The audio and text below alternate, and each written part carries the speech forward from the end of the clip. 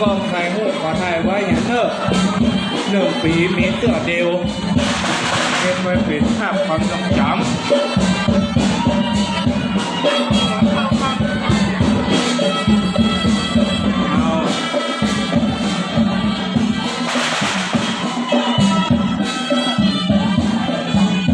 ตอนนี้พระนาคก็ได้เข้ามาแล้วเวียน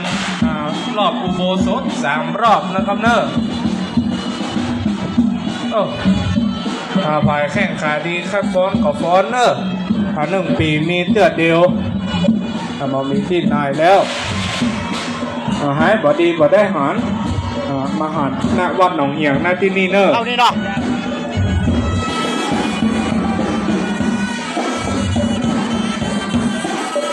นำโดยนินเกษมพร้อมเขาด้วยหน้าปฏิภาณสุขสงวนตั้งก่อนไหมครับตั้งก่อนรอแป๊บนึงแล้วค่อยมารอมาตั้งก่อนรอแป๊บนึงรอข้างหลังก่อนเนาะ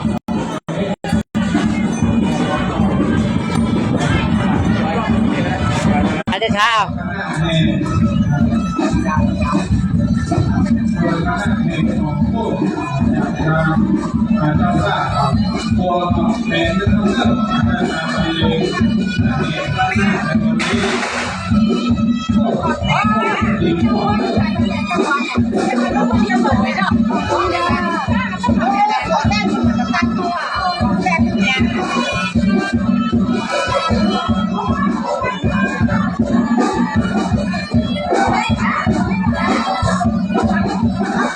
จะช้ารอก่อน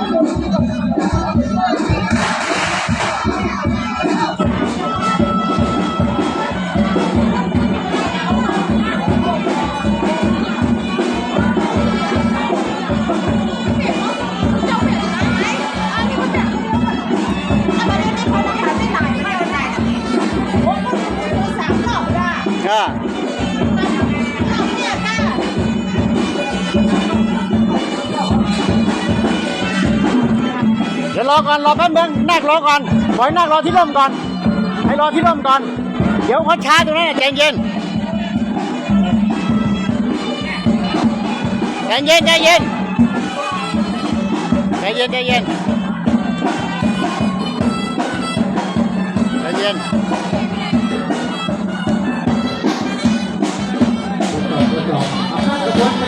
ขบวนเลยนะครับขบวนยาวไม่เป็นไรครับอุโบสถเลยครับเข้านี่เลย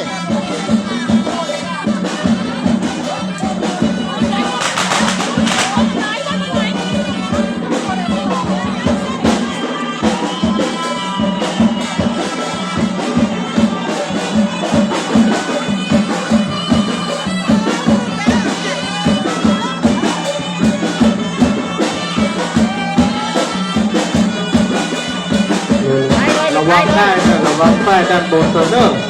แนวผ้ามันจะไปวางทับได้ขอระวังเนอะได้เนอะระวังได้บนหัวเนอะครับเนอะมันจะไปวางเอาแล้วครับ